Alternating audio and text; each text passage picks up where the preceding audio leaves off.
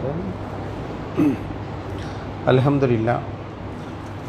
अल्हम्दुलिल्लाह रब्बिल आलमीन, अस्सलातु वस्सलामु अला रसूलिहिल अमीन व अला आलिहि व सहबिहि अजमईन। अम्मा बाद फ़क़द क़ालल्लाहु तबारक व तआला फ़िल क़ुरानिल हकीम वल फ़ुरक़ानिल हमीद। औज़ु बिल्लाहि मिनश शैतानिर रजीम, बिस्मिल्लाहिर रहमानिर रहीम। व ज़रबल्लाहु मसलन क़रियतन कानत आमिनतन मुतमइन्ना यातिहा रिज़्क़ुहा रग़दन मिन कुल्लि मकान फ़कफ़रत बिअनउमिल्लाह फ़अज़ाक़हा अल्लाहु लिबासल जुई वल ख़ौफ़ि बिमा कानू यसनऊन। सदक़ल्लाहुल अज़ीम। मोहतरम बिरादरान इस्लाम, ये अल्लाह तबारक ताला का बेहद शुक्र एहसान है कि हम अपने रब को पहचान गए, फिर अल्लाह के रसूल सल्लल्लाहु अलैहि वसल्लम हज़रत मोहम्मद सल्लल्लाहु अलैहि वसल्लम पर हमें ईमान भी लाए और अल्लाह की तरफ से मिली हुई किताब भी बिल्कुल महफूज शक्ल में हमारे पास मौजूद है, जिससे हम रहनुमाई पाते हैं। नबी सल्लल्लाहु अलैहि वसल्लम का उसवा भी हमारे सामने है। उसी का नतीजा है कि हम सब मिलकर अल्लाह की इबादत करते हैं, बंदगी करते हैं। आज भी हमने मगरिब की नमाज़ जो है बाजमात अदा की और अल्लाह से क़ुर्ब हासिल करने का और अल्लाह क्या हमसे चाहता है ये भी हमने कुरान मजीद के ज़रिए से अपनी रकातों में जान लिया है।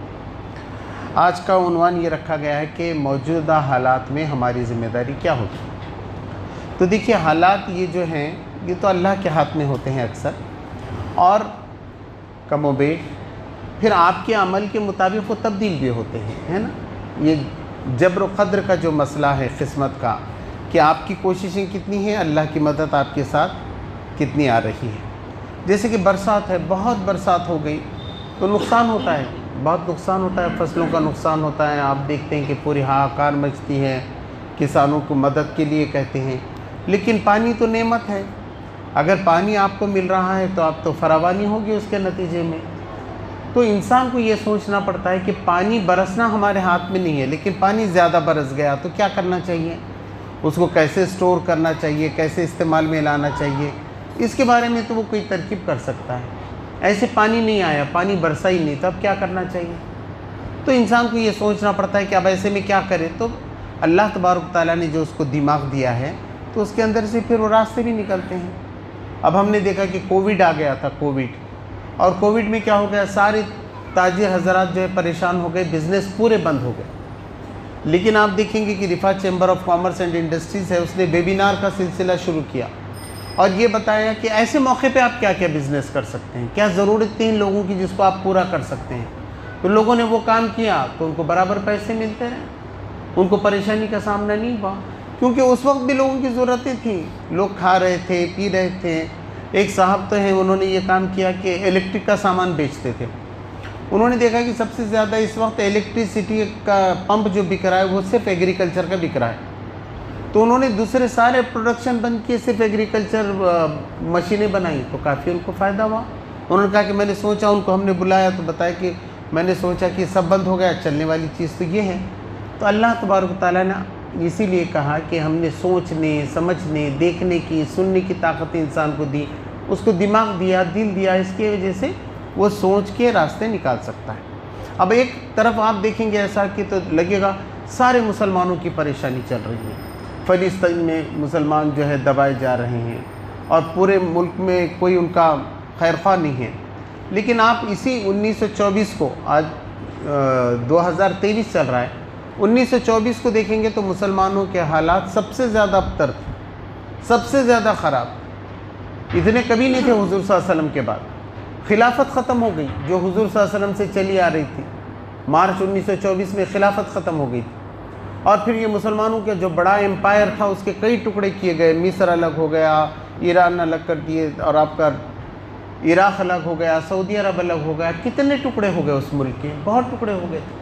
और मुसलमानों की कोई क़ुव्वत जो है जम नहीं रही थी। यहाँ भी ऐसी हुआ हमारे मुल्क के अंदर भी कि जब ये मुल्क आज़ाद हुआ तो दो हिस्से हो गए इसके, वो इसका इल्ज़ाम सारा मुसलमानों को दिया गया, मुसलमान फसादात होने शुरू हो गए। हम बचपन में देखते थे फसादात होते थे तो लोगों के पुराने कपड़े जमा करके भेजना पड़ता था पहले। तो ऐसे हालात से भी हम गुज़रे, मगर जैसे कि अल्लाह के रसूल सल्लल्लाहु अलैहि वसल्लम की बशारत है कि आखिरी ज़माना जो है वो इस्लाम का ज़माना होने वाला है। अब उसकी तरफ हम चल दिए। अब रोज़ाना आप देखेंगे कि थोड़ा क्यों नहीं होता, इस्लाम की ताकत बढ़ ही रही। अब फ़लस्तीनी के मामले को लीजिए, ऐसा 57 मुल्क एक साथ उन्होंने ताउन नहीं किया था एक दूसरे को, कुछ करते थे कुछ नहीं करते थे। लेकिन आपके देखिए 57 मुल्क बराबर साबित कदम रहे, उस पर जमे रहे अपने मौक़िफ़ पे। और ये बारी को खुल गया कि अमेरिका कितना ख़तरनाक खेल खेल रहा है। अब ये मुस्लिम मुल्क जो थे वो ये समझते थे कि वो हमारा दोस्त है, लेकिन क्लियर हो गया इस मरतबे, वाज़े हो गया कि अमेरिका कितना ख़तरनाक मुल्क है। और उसके साथ ये अमेरिका जो खिलाफत के वक्त से चलते आ रहे हैं, फ्रांस, ये लोग क्या अमल कर रहे हैं। तो मुसलमानों को मालूम हो गया, मुसलमान समझ रहे हैं और अपनी तरक्की के अंदर जो है वो आगे भी बढ़ रहे हैं। यहाँ भी एक यूट्यूब मैंने देखा, उसने कहा कि साहब अगर भारत आज़ाद नहीं होता तो क्या होता था। तो उसने बताया कि देखो 20 करोड़ मुसलमान तो पाकिस्तान के रहते, और उसने हिसाब लगाया 23 करोड़ वहाँ के कुछ, और बताया कि 40 करोड़ बांग्लादेश पाकिस्तान, और यहाँ की 20 करोड़, 60 करोड़ मुसलमान हो जाते थे 180 करोड़ के अंदर। तो ये तो अच्छा ही हुआ कि वो अलग हो गए, है ना। उनके नज़र में क्या है, मुसलमान अच्छा हो गया, टूट गए, अलग हो गया, ये हुआ। मुसलमानों को भी कोई फ़र्क नहीं पड़ा, वो अलग काम कर रहा है, पाकिस्तान बांग्लादेश अलग काम कर रहा है, यहाँ काम कर रहा है। अब भारत जो है ना दुनिया का सबसे ज़्यादा आबादी वाला मुल्क बन गया है, 142 करोड़ लोग हैं। और 2030 या 2035 तक मुसलमानों का भी सबसे बड़ा मुल्क यही होने वाला है। तो ये यहाँ के मुसलमानों को रोल अदा करना है, जो कुछ करना है। अब आप जाएंगे सऊदी अरब में तो कितने हैं, 3 करोड़ मुसलमान हैं। तुर्की में भी जाएंगे तो 8 करोड़ मुसलमान हैं। आप जाएंगे ईरान में तो भी 8 करोड़ मुसलमान हैं। कितने हैं, अफ़गानिस्तान में 4 करोड़ के करीब मुसलमान हैं। दिल्ली में हैं 3.5 करोड़ लोग, तो दिल्ली की आबादी जो है 3.5 करोड़ है। अफ़गानिस्तान की आबादी 4 करोड़ के करीब है, बस उतना ही है। लेकिन यहाँ मुसलमान सबसे बड़ी तादाद है। दूसरी बात यह कि अब जब फ़लस्तीन में अभी हमारे 15,000 भाई जो शहीद हो गए, बहुत ऊँचे मरतबे को पहुँचे, तो अल्लाह तबारक तआला कहता है कि हम तुम में से शोहदा भी चुनते हैं। फिर वो जन्नत में शहीद कौन रहेगा? तो ये अल्लाह की स्कीम के मुताबिक होता है। तो 15,000 लोग हमारे शहीद हो गए। बहुत हर एक के दिल में ख्वाहिश होगी कि मैं वहाँ क्यों नहीं था, मैं वो दर्जा पाता तो कितना अच्छा होता। लेकिन जिन्होंने पाया, अल्लाह तबारक तआला उनको कबूल फरमाए। लेकिन इस दौरान 60,000 से ज़्यादा लोग मुसलमान हो गए। उनको देखकर हर जगह से लोग मुसलमान हो रहे हैं कि क्या मुसलमान हैं, क्या साबित कदम रहते हैं, क्या ये खुदा को याद करते हैं। फिर हमास ने जो बंधकों को रखा था, उन्होंने जाके जो बताया कि हमारे साथ कितना अच्छा मामला हुआ, उसका गैर मामूली असर पड़ा। और पूरी दुनिया देख रही कि इजराइल कितनी ज़बरदस्त जो ज़्यादती कर रहा है और मुसलमान कैसे सब्र से उसका मुकाबला कर रहे हैं। कई मुल्क, कई बिरादरान वतन के मुल्क, कितने गैर मुस्लिमों के मुल्क जो है ताउन में खड़े हो गए कि नहीं, हम तो जो है ना अब अगर साथ देंगे तो फ़लस्तीनी का साथ देंगे। ऐसे हमारा मुल्क भी है, यहाँ भी एक फस्ताई क़ुव्वत है, वो जीतती है, आती है। और ऐसा महसूस होता है, क्या होता है, आज भी इलेक्शन हो गया, 3 स्टेट में कोई आ गया, 1 स्टेट में कोई आ गया। लेकिन होता क्या है, यहाँ हमारे पास महाराष्ट्र में भी ऐसा हुआ था और हुकूमत रही थी। लेकिन असल बात यह है कि मैदान में कुछ नहीं होता। आप देखेंगे मैदान में आपके लिए सारे दरवाजे खुले हैं। जब हम काम करने के निकले तो आपको पर्सनल क्या रुकावट है। मैं उत्तर प्रदेश का दौरा किया, जैसे इन्होंने कहा कि मुझे डायरेक्टर बनाया गया है जमात इस्लामी हिंद का तौसीफ़ इस्तेकाम का, तो उसमें उत्तर प्रदेश ईस्ट है, वेस्ट है और दिल्ली है, उत्तराखंड है। वहाँ के सब लोगों से, बड़े लोगों से मुलाकातें हुई, डिस्कशंस हुए। तो मैंने कहा आपको रुकावट क्या है ये बताइए। आपको किसी ने एजुकेशन लेने से रोका कि भाई आपको एडमिशन नहीं मिल रहा है, या कोई आपको पेपर लगा रहा है, नीट का पेपर जो है गैर मुस्लिमों के लिए अलग है, मुसलमानों के लिए अलग है, ऐसा कुछ है क्या? अच्छा, आपको कहीं तिजारत करने से रोका जा रहा है कि किसी तरीके से? तो इसमें मालूम होना चाहिए। अब उत्तराखंड में ये हुआ कि उन्होंने ये कहा 3 गांव के लोगों को कि यहाँ के मुसलमान निकल जाएं, छोड़ दें, ये गांव छोड़ के निकल दें। तो आपको मालूम है association for the protection of civil rights, इसके ज़रिए से वहाँ के जो हमारे ज़िम्मेदार हैं उन्होंने जो है एक रिट दाखिल की और बताया कि ये कैसी धमकी है। तो फ़ौरन कोर्ट ने ऑर्डर दे दिया हुकूमत को कि वहाँ पुलिस भेज के हिफाजत की जाए, कोई निकलेगा नहीं वहाँ से। और अल्हम्दुलिल्लाह हिफाजत हो गई। तो यहाँ कोर्ट है, आप जा सकते हैं, क़ानून है, काम करना है। तो मौके तो सब हैं आपके अंदर। अगर हम नहीं कर रहे हैं तो कोई आके हमसे करवाएगा कैसे? अब आप अफ़गानिस्तानी को देखिए कि 2 साल हो गए वहाँ, लेकिन उनकी करेंसी मजबूत हो गई। उन्होंने अपने मुल्क के अंदर रेल चला दी, उन्होंने अपने मुल्क के अंदर नहर निकाल दी। यूट्यूब में कितना आ रहा है भारत के कई यूट्यूबर्स जा के वहाँ के खबरें ला ला के अपने यूट्यूब पे बता रहे हैं, बिरादरान वतन भी, कि देखो कैसा तरक्की हो रहा है। वहाँ जो है ना भिंडी 30 रुपये किलो, आलू 30 रुपये किलो, पेट्रोल 30 रुपये। उन्होंने कहा कितना आसान है, कैसा वहाँ के लोग ज़िंदगी जी रहे हैं। सवाल ये है कि मुल्क आज़ाद होकर 75 साल हो गए, सवाल ये उठ रहा है कि मुसलमानों का इसमें क्या रोल है। आज़ादी में तो रोल रहा मुसलमानों का, हज़ारों मुसलमानों ने कुर्बानी दी, लेकिन भारत के डेवलपमेंट में मुसलमानों का क्या रोल है। मुसलमान क्या सोचते हैं यहाँ के पॉल्यूशन के बारे में, यहाँ के गरीबी को हटाने के सिलसिले में। तो ये है सवाल हमारे पास कि जो काम मुसलमानों का था, कुंतुम खैर उम्मतिन उखरिजत लिन्नास तामुरून बिल मारूफ व तनहौना अनिल मुनकर व तुमिनून बिल्लाह। तुम वो सबसे बेहतरीन गिरोह हो जो लोगों के लिए उठाई गई, नेकी का हुक्म देते हो, बदी से रोकते हो, अल्लाह पर ईमान रखते हो। कल मैंने देखा हमारे बिरादरान वतन के लोग, कुछ गरीब ऐसा फटे पुराने कपड़े पहनकर कहीं भी पड़े हुए हैं, उनको लेके जा रहे हैं, निला रहे हैं, उनके कपड़े बदल रहे हैं, उनके लिए वृद्धाश्रम में जगह बना रहे हैं और कह रहे हैं कि यहाँ रहिए, हम आपकी पूरी खिदमत करते हैं। कुछ लोग जो है रेलवे में, बस स्टैंड पे जो बच्चे मासूम, उनके साथ ज़्यादती होती रहती है, उनके लिए जो है काम कर रहे हैं। लेकिन मुसलमानों में ऐसा नज़र नहीं आता। ये काम मुसलमानों का था, मुसलमानों का काम था कि इंसानियत के लिए वो काम करें। गवर्नमेंट सब जगह मदद कर रही है, ऐसा नहीं कि वृद्धाश्रम किसी को अपने पैसों से चलाना है। गवर्नमेंट की सिस्टम है, गवर्नमेंट पैसा देती है उसके लिए बराबर, आवाम भी देती है। तो ट्रस्ट सही रजिस्टर्ड हो जाए, सोसाइटी सही रजिस्टर्ड हो जाए, आप काम करें, वहाँ लोगों को काम भी मिलता है। फिर हमने ये बात कोशिश की कि भाई डिफा चैम्बर ऑफ कॉमर्स के ज़रिए भी लोगों को बताएं। तो ये होता क्यों है वो बताकर मैं इंशाल्लाह आगे के काम बताता हूँ। मैंने जो अभी आपके सामने आयत पढ़ी वो सूरे अन-नहल की थी।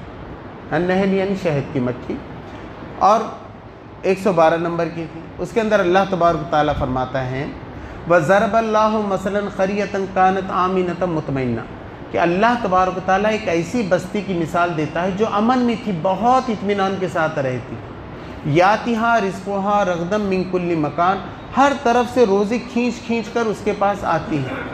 फ़कफ़रत अनउमिल्लाह, तो उन्होंने अल्लाह की नेमतों की नाशुक्री कर दी। फ़अज़ाक़हल्लाहु लिबासल जुइ वल ख़ौफ़ि बिमा कानू यसनऊन, तो अल्लाह तबारक तआला ने उसे भूख और खौफ का लिबास उड़ा दिया उसके कर्मों के नतीजे में, उसके अमाल के नतीजे में, वो जो कुछ कर रहे थे। तो यहाँ अल्लाह तबारक तआला ने बताया इंसानों के कर्मों के मुताबिक फ़ैसला होता है। यहाँ पर अल्लाह तो खूब नेमतें दे रहा था मगर उन्होंने नाशुक्री की। अब आदम अलैहिस्सलाम को देखो, नेमतों में थे, शैतान की बात की, नाफरमानी की, अल्लाह ने भेज दिया नीचे। कहा कि वहाँ तुम्हें भूख नहीं लगती थी, तुम वहाँ नंगे नहीं रहते थे, तुमको प्यास नहीं लगती थी, तुमको धूप का डर नहीं था। अब ये सारी चीज़ें दुनिया में तुमको सताएंगी क्योंकि तुमने हमारी नाफरमानी की है। तो नाफरमानी के नतीजे में आता है। सूरह ताहा के आखिरी 124 नंबर की आयत में ये बात फरमाई व अन आरिद अन ज़िक्री इन्न लहू मईशत ज़ंका व नहशुरु लहू यौमल क़ियामति आमा। अल्लाह ने कहा कि जो लोग हमारे ज़िक्र से रूगर्दानी करते हैं तो हम उनकी मईशत तंग कर देते हैं, उनको पैसा ही नहीं मिलता, गरीबी आ जाती है। गरीबी कोई इनाम नहीं है, गरीबी खुदा को न मानने का नतीजा है। यहूदियों के बारे में कह दिया गया इन पे ज़िल्लत थोप दी गई, इन पे गुर्बत थोप दी गई। और मुसलमानों के लिए कहा गया कि जो ईमान लाता है अल्लाह तबारक तआला उसे इज़्ज़त की ज़िंदगी अता फरमाता है। एक नहीं कई जगह कुरान मजीद में कहा गया, कुरान का पक्का वादा है ये। ऐसा नहीं हो सकता कि एक आदमी मुसलमान है और उसको अल्लाह तबारक तआला बेइज्जत कर रहा हो। चंद दिनों की आजमाइश आ सकती है, वहाँ भी अल्लाह तबारक तआला उसको इज़्ज़त से नवाज सकता है, लेकिन असल में सारी चीज़ें ये नाफरमानी के नतीजे में आती हैं। उसकी क्या आयत, आगे की आयत है लक़द जाअहुम रसूलुम मिनहुम फ़कज़्ज़बूहु फ़अख़ज़हुमुल अज़ाबु वहुम ज़ालिमून, कि हुआ क्या था, यकीनन उनके पास रसूल आया उन्हीं में से, तो उन्होंने उसको झुटला दिया, तो अज़ाब ने आकर उनको पकड़ लिया, अज़ाब उन पर आ गया कि थे ही वो ज़ालिम लोग। फिर अल्लाह तबारक तआला ने एक बड़ी बात कही फ़कुलू मिम्मा रज़क़नाकुम हलालन तय्यबा वश्कुरू निअमतल्लाहि इन कुंतुम इय्याहु ताबुदून, कि अल्लाह तबारक तआला ने कहा कि अल्लाह ने जो हलाल और तय्यब चीज़ है ना उससे खाओ पियो, कोई मना ही नहीं है, बस चंद चीज़ें हराम हैं। क्या हराम है वो भी आगे आ रहा है, उसकी तफसील आएगी। तो अल्लाह तबारक तआला ने फरमाया कि चंद चीज़ें हराम हैं, बाकी सब हलाल है आपके लिए। अब मुसलमान आकर क्या पूछते हैं मालूम है क्या, ये हलाल है क्या, वो हलाल है क्या? नहीं, ये सही नहीं। क्या हराम है ये पूछना चाहिए। हलाल तो सारी दुनिया है आपके लिए, है ना। हराम चंद चीज़ें जो उंगलियों पे गिनी जाती। मगर हमने क्या किया, उसी को भूल गए और दूसरी छोटी छोटी चीज़ों में लग गए। जैसे कि कुरान ने कहा कि झूठ बोलना बड़ा गुनाह है, हराम है। गीबत करना हराम है, सुअर का गोश्त खाना हराम है, सूद खाना हराम है, डंडी मारना हराम है ना, ये बहुत सारी चीज़ें, मुर्दार का गोश्त खाना हराम। तो ये सारी चीज़ें जो हैं हराम, शादी के बगैर ताल्लुकात रखना हराम। अब क्या हो गया, हमने इसको छोड़ कर छोटी छोटी चीज़ों में आ गए कि साहब तुम्हारे सर पे टोपी है कि नहीं है टोपी। अब टोपी हराम है कि हलाल है ना, बात कहाँ गई, है ना। दाढ़ी छोटी है कि बड़ी है तुम्हारी, तो उस पर कैसा है अब, तो वो तो फिर हराम है कि हलाल है, क्या है। बड़ी बड़ी हराम की चीज़ें छुप गई, वो याद ही नहीं रही लोगों को, इसी में आ गया। शादी में खर्च करना चाहिए कि नहीं करना चाहिए, ऐसा वो बाद में, पहले ये है निकाह करना चाहिए कि नहीं, हलाल है कि नहीं हो, है ना। यहाँ सब आम हो रहा है, शादी जल्दी नहीं हो रही, आदमी सारी गंदगियों में पड़ता चला जा रहा है, उसके लिए रास्ता नहीं खोल रहे। हराम क्या चीज़ है, तो अल्लाह तबारक व तआला ने ये बात फरमाई कि खाओ जो कुछ अल्लाह ने हलाल चीज़ की है। अब एक साहब का वाक़या आता है कि सब एक फल काटना है, तो बोले मुझे मालूम ही नहीं फल कैसा काटना, मुझे बताइए।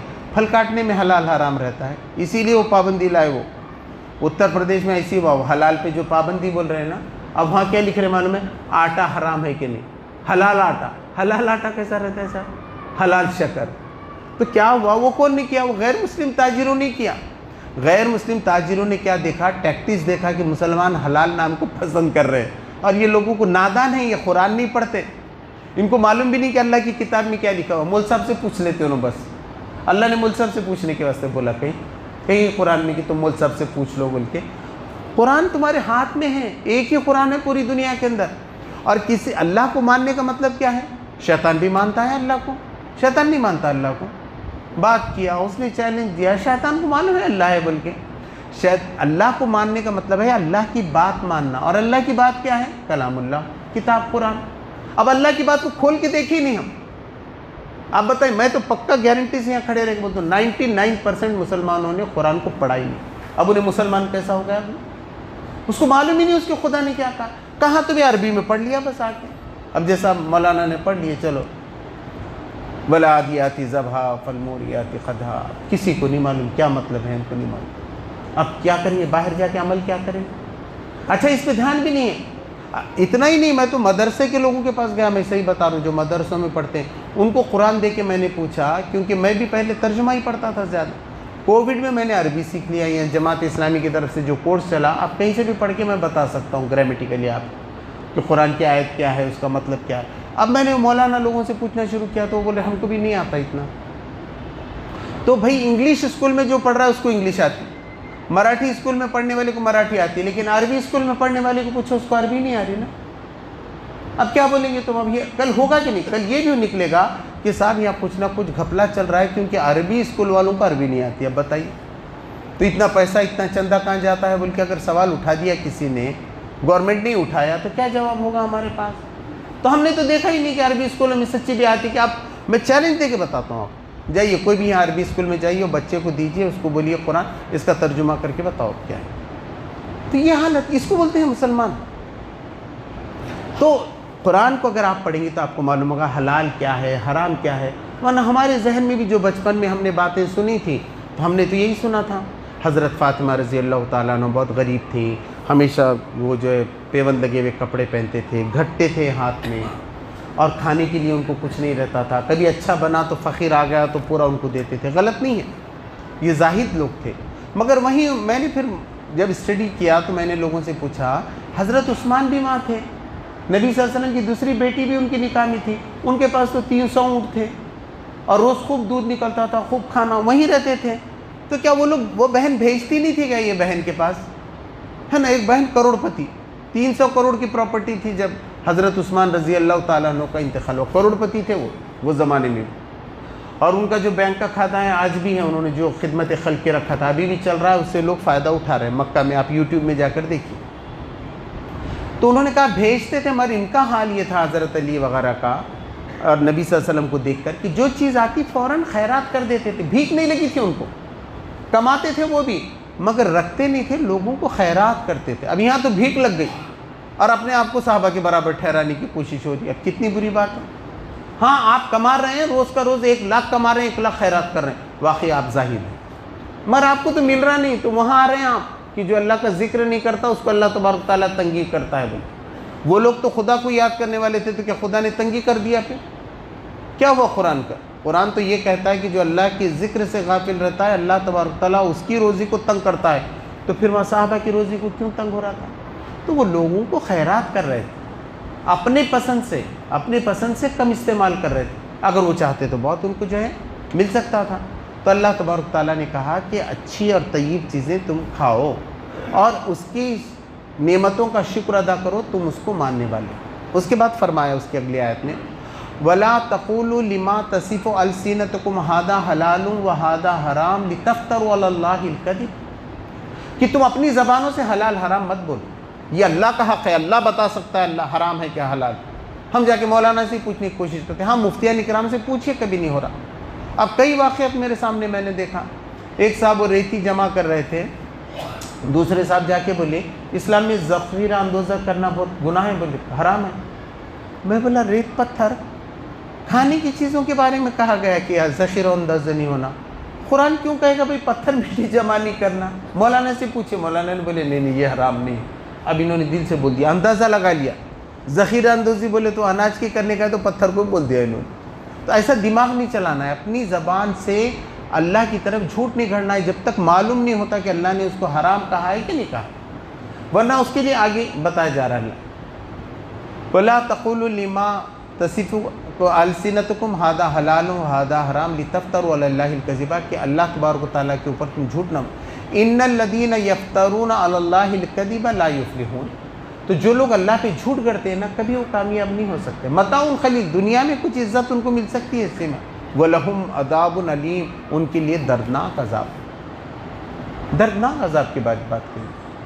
तो हमको क्या करना है, इस मुल्क की तामीर के अंदर हमको जो है ना बड़ा हिस्सा लेना है।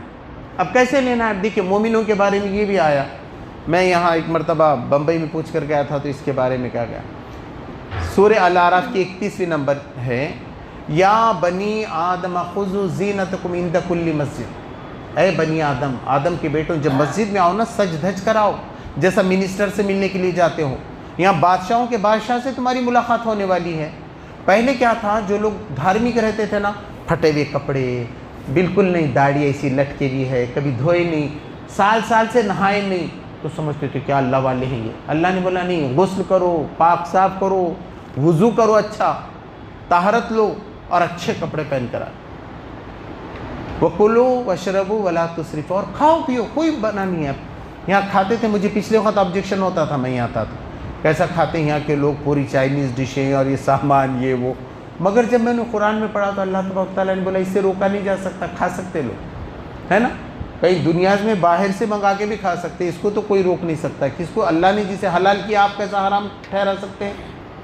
लेकिन अल्लाह तबारक तआला ने क्या कहा, वला तुसरिफ़ू, इसराफ मत करो। होटल में आधा खा लिया, आधा फेंक दिया आपने, गलत है। किसी होटल में गए, किसी दावत में गए, पेट भर गया, उसके बाद खा रहे हैं, वो भी अच्छी बात नहीं है, फजूल खर्ची में आता है। आपको ज़रूरत नहीं थी तो क्यों खा रहे हैं आप? ज़्यादा उतना ही खाइए जितना आपको लगता है, आपका भी पेट ख़राब होगा, वो लोगों को भी तकलीफ़ पहुँचेगी। तो अल्लाह ने हराम किया, ये गलत बात। कुरान में जब आ गया तो हराम हो गया कि इसराफ मत। इन्नहु ला युहिब्बुल मुसरिफ़ीन, अल्लाह तबारक तआला फजूल खर्ची करने वालों को पसंद नहीं करता।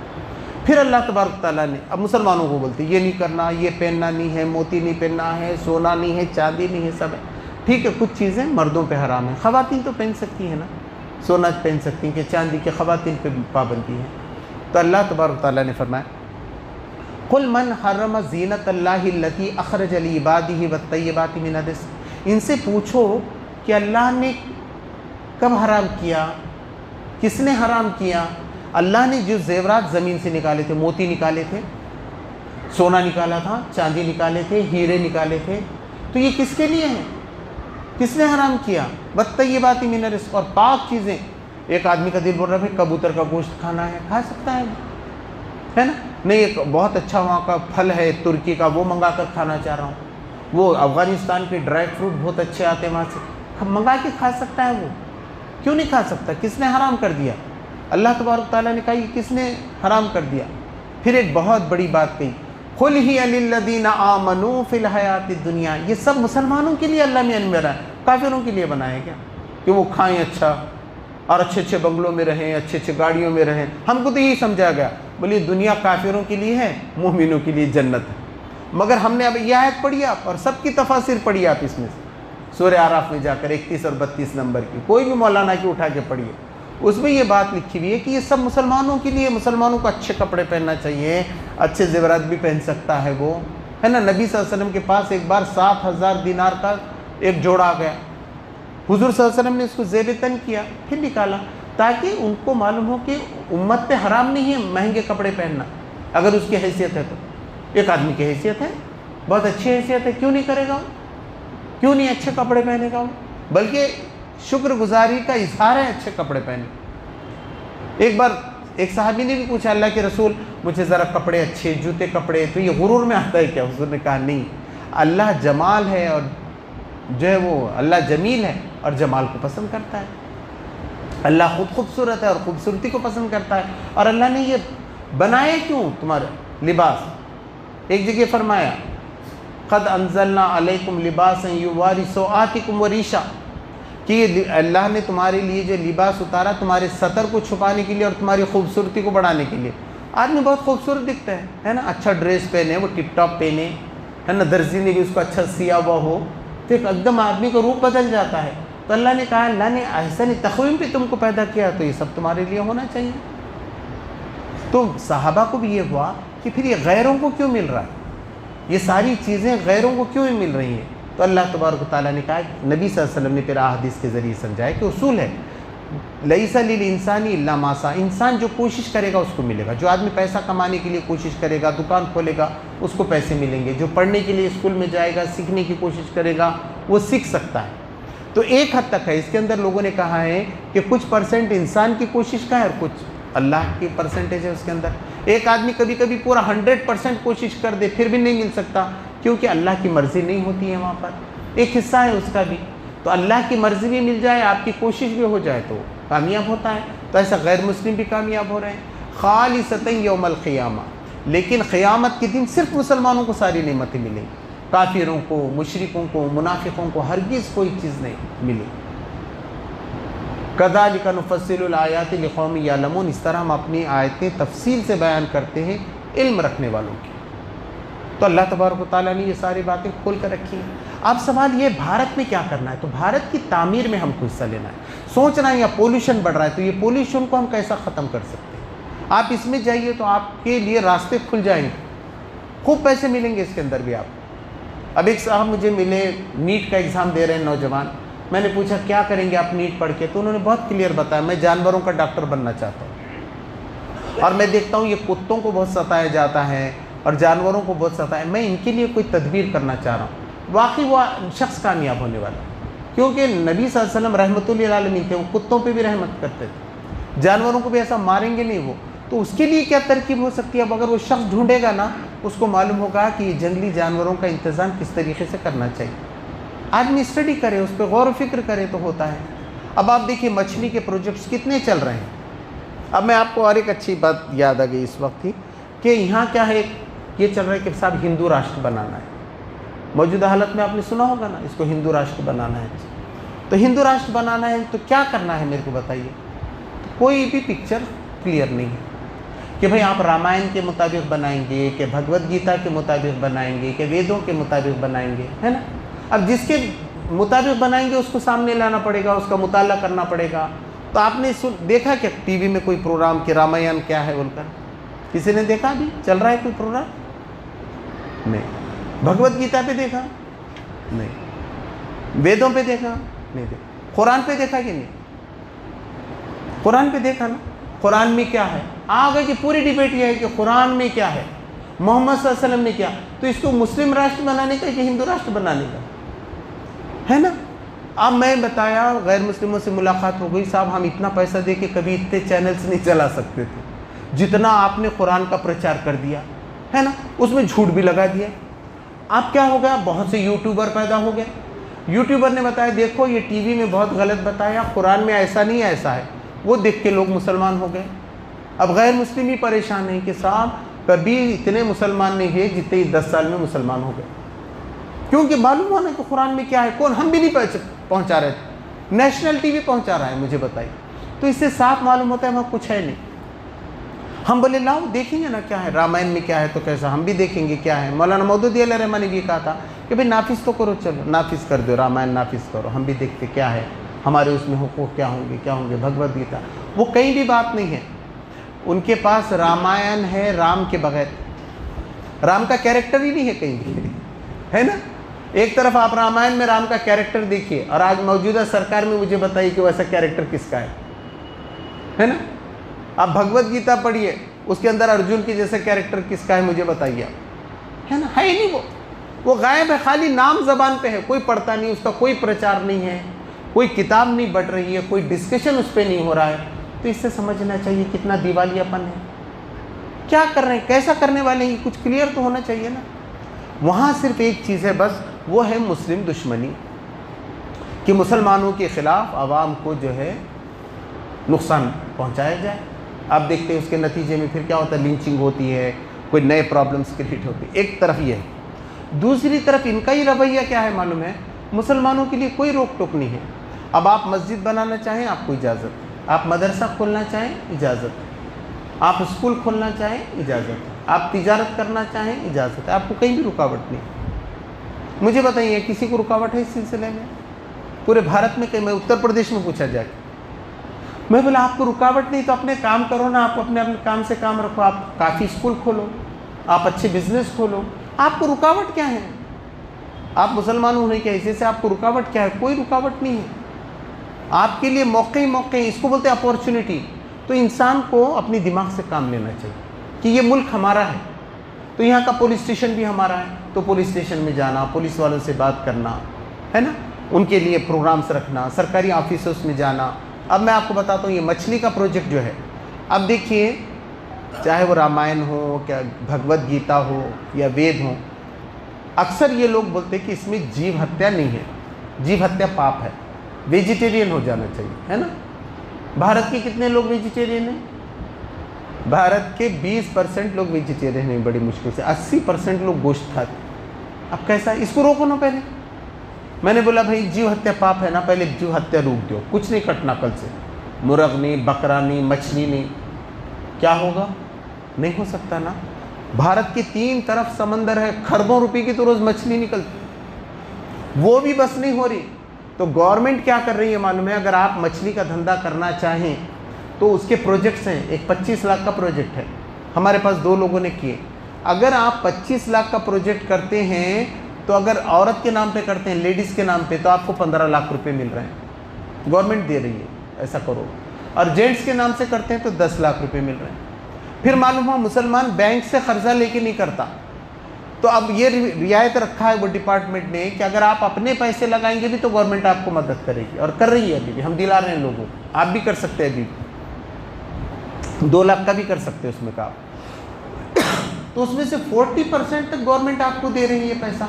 तो अच्छा, गोट फार्मिंग के लिए दे रही है, डेयरी फार्मिंग के लिए दे रही है, तो ये क्या है? तो हमको इसको समझना चाहिए कि यहाँ कुछ भी नहीं है। लोग खाली ऊपर बोलते हैं, टीवी में बताते हैं, वो सियासतदानों के बयान हैं, ज़मीन पे आपको कोई रुकावट नहीं है। मुझे बताइए ज़मीन पे किसी को रुकावट है? इसके लिए जमात इस्लामी ही काम कर रही है। जमात इस्लामी के 58 डिपार्टमेंट है। आपको अगर खुदा ना खास्ता कोई पकड़ रहा है किसी वजह से, जेल में डाल रहा है, इल्ज़ाम लगा रहा है, APCR है, हम उसकी मदद लेते हैं, उसको छुड़ाते हैं वहाँ से, है ना। आपका यहाँ कुछ दवाखाने का भी मामला हुआ तो APCR ने जो है उसके ऊपर केस किया है, तो APCR एक कानूनी वो है। अब ये रिफा है, रिफा चैम्बर ऑफ कॉमर्स क्या कर रही है?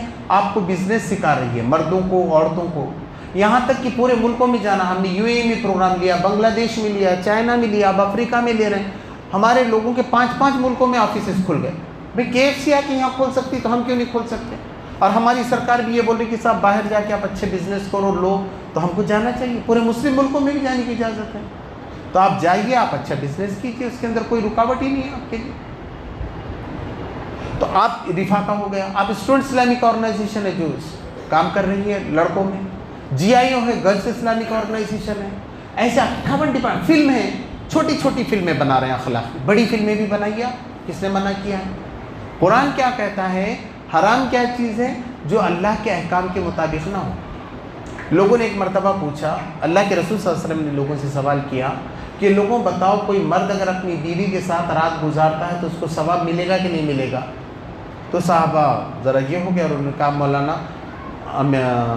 अल्लाह के रसूल, ये तो जो है ना हमारा ज़ाती मामला है। तो अल्लाह के रसूल सल्लल्लाहु अलैहि वसल्लम ने कहा, अच्छा ये बताओ, वो शख्स अगर किसी गैर औरत के साथ रात गुजारे तो उसे गुनाह होगा कि नहीं? सब ने कहा कि हाँ। तो अल्लाह के रसूल सल्लल्लाहु अलैहि वसल्लम ने कहा, जो अपनी बीवी के साथ रात गुजारता है ऐन इबादत की रात, मतलब सेक्सुअल कांटेक्ट भी इबादत है। अगर निकाह के साथ, निकाह के दो बोल हैं, मैंने कबूल कर लिया, ईजाब कबूल ख़त्म। अगर वो नहीं किया तो गुनाह है, संसार कर दो, कोड़े मारो, और वही हलाल हो गया खाली दो बोल बोलने के बाद। तो कुरान में क्या है? हलाल चीज़। हलाल क्या है? अल्लाह के अहकाम को। तो फिल्म भी ऐसी बन रही है, फिल्म में भी नंगापन नहीं है, गलत बात नहीं है, अच्छी फिल्में बन रही, तो वो इस्लामी फिल्म। अब उर्दू गुल को देखिए कितना दुनिया के अंदर उसका फ़र्क पड़ा। तो जमात बनाती हैं, तलाक़ के सिलसिले में उन्होंने फिल्म बनाया भी, एक धुआं बोलकर बनाया, और फलां है, बड़े भी बना सकते हैं। तो हर काम आप कर सकते हैं, हर काम हलाल है अगर वो अल्लाह के अहकाम के मुताबिक किया जाए। तो भारत के मौजूदा हालात क्या है? भारत के जैसा देश पूरी दुनिया में नहीं है। मुस्लिम मुल्क भी आपको इतने आज़ादी से काम नहीं करने देते। आप जाके देखिए, यूएई में जाके देखिए, सऊदी अरब में जाके देखिए, अफ़गानिस्तान में कहीं भी जाइए, जितनी आज़ादी भारत में है इतनी है ही नहीं कहीं। बहुत अच्छा मुल्क है, यहाँ की बिरादरान वतन भी बहुत अच्छे हैं। सवाल सारा का सारा मुसलमानों का है। ये लोग जो अपने आप को मुसलमान बोलते हैं, अल्लाह की किताब खुद नहीं पढ़ते, इनको पहुँचाना था दूसरों तक। इसको कायम करना चाहिए था भारत के अंदर। आप बोलते हैं इकामत दीन, इकामत दीन यानी क्या है? नमाज कायम करना। नमाज कायम करनी, मस्जिदें होना। कितनी मस्जिदें हैं आज भारत में, कितना लाउड स्पीकर पे अजान हो रही है। अब गुजरात में लोग गए थे हाई कोर्ट कि साहब ये अजान बंद कर दो लाउड स्पीकर की। उसने कहा कि नहीं, ये गलत है, कानूनन यहाँ हक़ है, हर आदमी को हक़ है, वो अजान दे सकता है इसके अंदर। तो रुकावट क्या है? आपको भारत का संविधान मालूम होना चाहिए, आपको क्या इख्तियार है। एक मुआहदा है, संविधान क्या है? एक मुआहदा है, हम सब ने मिल के करें कि देश कैसा चलेगा। तो देश में यह है कि हर आदमी की जान, माल, आबरू सबकी हिफाजत हो, सबके इक्वल राइट्स हों। तो ये ले सकते हैं आप। इसके लिए आपको जद्दोजहद करना पड़ेगा। हमारा मुल्क है, हमारे मुल्क में आप कैसा नहीं करने देंगे हमको। लेकिन मुसलमान नहीं समझते। मुसलमान क्या करते हैं? अपना स्कूल भी खोलेंगे ना, तो ऐसा स्कूल खोलेंगे उसमें खाली मुस्लिम स्टूडेंट आना, गैर मुस्लिम नहीं आना, है ना। और वो खोल रहे हैं तो हमारे, हम सब जो पढ़े ना, हम सब गैर मुस्लिम स्कूलों में पढ़े। हमारे वकील गैर मुस्लिम, हमारे डॉक्टर गैर मुस्लिम थे सब, जिन्होंने हमारा इलाज करा। मगर हमारा कैसा रहता है? ऐसा मुस्लिम डॉक्टर हमारा मुस्लिम मोहल्ले में खोलेगा कि सिर्फ मुझे मुसलमानों का इलाज करना है। ये बहुत घटियापन, कुरान के ख़िलाफ़। कुरान कहता है आदम की औलाद तुम्हारी भाई है, तुम सबको उसकी मदद करना चाहिए। मौलाना जलालुद्दीन उमरी रहमतुल्लाह अलैह ने इसके बारे में किताब लिखी। अगर उनके घर में शादी नहीं हो रही तो आप कोशिश करना है, उनको खर्जा पिट नहीं रहा तो आपको उनकी मदद करना है। और यहाँ वही बताया गया, अरअयतल्लज़ी युकज़्ज़िबु बिद्दीन फ़ज़ालिकल्लज़ी यदउल यतीम वला यहुद्दु अला तामिल मिस्कीन।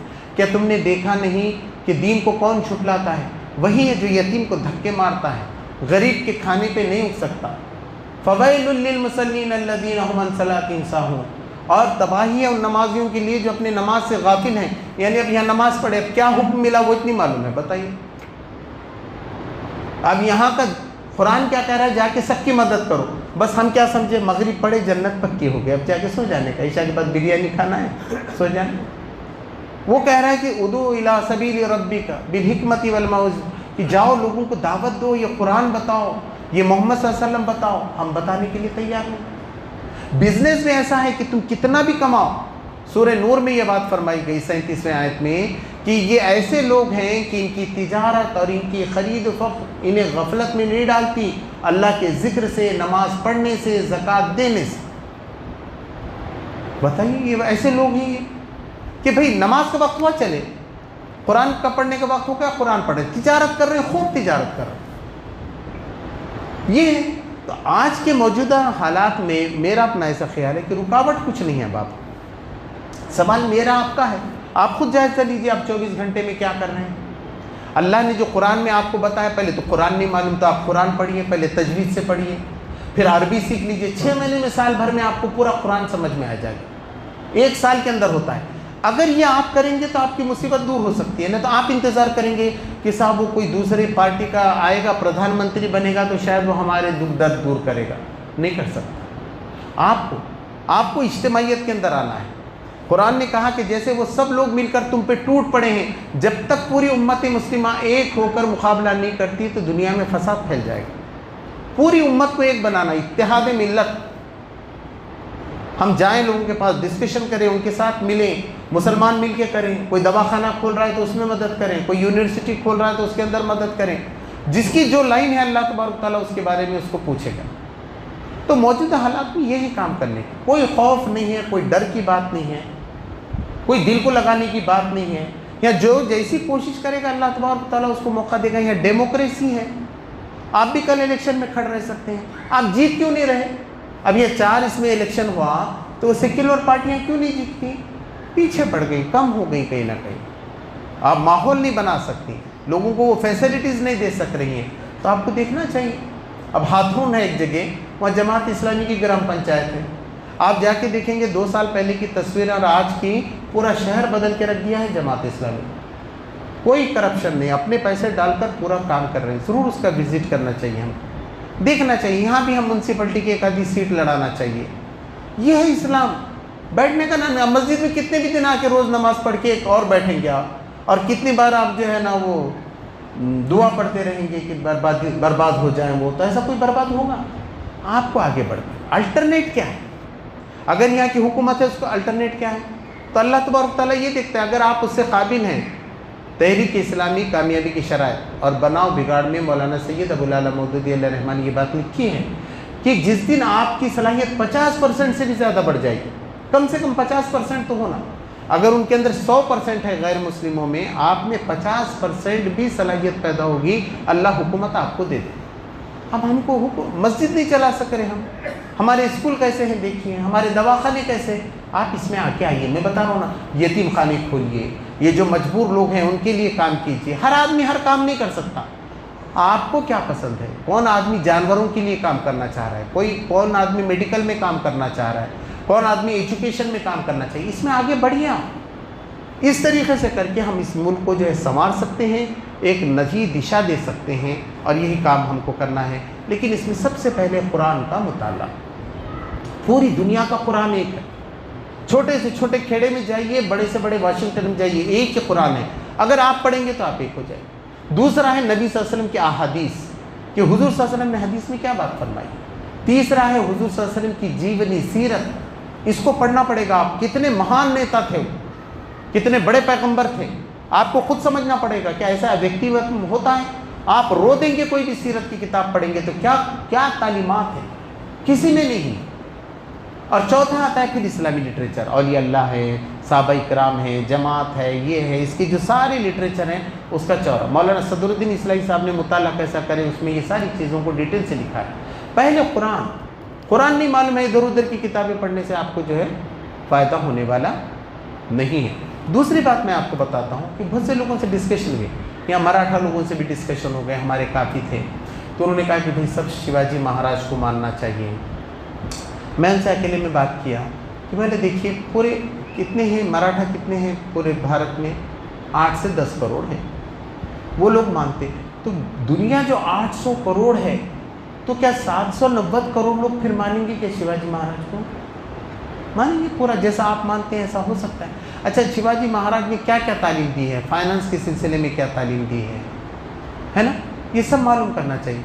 तो क्या है, पूरे भारत में भी नहीं, मैंने कहा कि आप पूरे भारत में भी नहीं, केरल में कितने मराठा हैं, आसाम में कितने मराठा हैं, पंजाब में कितने मराठा हैं, नहीं है।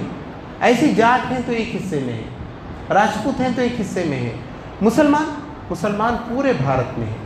और यहाँ की जो तंजीम हमारी सबसे ज़्यादा मुखालिफत करती है, उसको भी मालूम है कि आज अगर भारत जुड़ा हुआ है तो वो मुसलमानों की वजह से। मुसलमान केरल में भी है, आसाम में भी है, महाराष्ट्र में भी है, कौन सा स्टेट है जिसमें मुसलमान नहीं है? और सबका एक ही जैसा, इबादत एक जैसी है, कुरान एक है, नबी एक है, आखिरत पे भरोसा सबका है। तो आज हम अगर मुल्क को अगर कोई यहाँ तब्दील कर सकता है तो मुसलमान है। आप अपना जायज़ा लीजिए, मुझे और आपको कल खुदा के सामने ये जवाब देना है कि इस मुल्क की तामीर में और ये जो ज़िंदगी अल्लाह तबारक व तआला ने दी थी, इसको हमने कैसा गुजारा है। अल्लाह तबारक ताला से दुआ है कि मुझे आपका अमल की तौफीक अता फरमाए। व आखिर दावाना अनिल हम्दुलिल्लाहि रब्बिल आलमीन।